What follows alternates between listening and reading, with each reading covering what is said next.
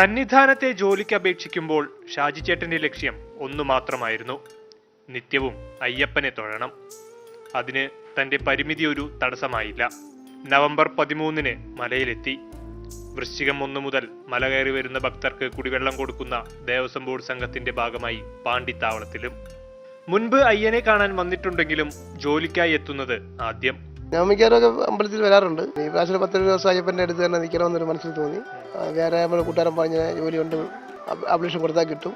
അങ്ങനെ അദ്ദേഹത്തിൻ്റെ ഒരു ഉദ്ദേശം കൊണ്ട് ഞാൻ അപേക്ഷ കൊടുത്ത് ഈ ശാന്തിരത്തിന് എനിക്ക് കിട്ടി. നമ്മൾ വിചാരിക്കുമ്പോൾ പോയി അയ്യപ്പനെ കാണാനുള്ള സൗകര്യം നമുക്ക് കിട്ടിയത്. അതാണ് ഏറ്റവും വലിയ സന്തോഷം എന്ന് പറഞ്ഞാൽ എനിക്കതാണ്. അത് തന്നെയാണ് ഞാൻ വന്നത്. പുലർച്ചെ 1 മുതൽ 5 വരെയും ഉച്ചയ്ക്ക് 1 മുതൽ 5 വരെയും 2 ഷിഫ്റ്റുകളിലായാണ് ജോലി.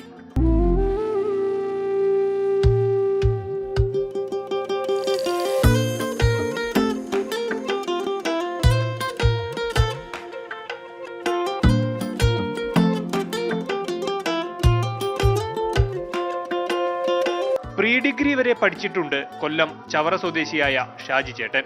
നിലവിൽ നാട്ടിലെ ലോട്ടറി വിൽപ്പനയ്ക്ക് അവധി കൊടുത്താണ് സന്നിധാനത്തേക്ക് എത്തിയത്. കുഞ്ഞുനാൾ മുതൽ മരക്കോലിൽ ഊന്നിയാണ് സഞ്ചാരം. കാല് വയ്ക്കാനുള്ള സാധ്യത നോക്കിയെങ്കിലും ബലക്കുറവ് ആഗ്രഹത്തിന് എതിരായി. കാല് വെക്കാൻ പറ്റത്തില്ല, കനക്കുറവാണ്. അതിന്റെ പിന്നെ ചെയ്യാൻ നോക്കിയതാണ്. കാല ചെയ്യാനുള്ള ആരോഗ്യ കാലിന് സൈഡില്ല. പിന്നെ വടി കുത്തി നടക്കുന്നത് വരാനും പോകാനും ഒക്കെ എല്ലാ കാര്യത്തിനും നമ്മുടെ കൂടെ സഹായിക്കുന്നുണ്ട്. അതുകൊണ്ട് ആ ഒരു ബുദ്ധിമുട്ടാണ് എനിക്ക് തോന്നിയിട്ടില്ല.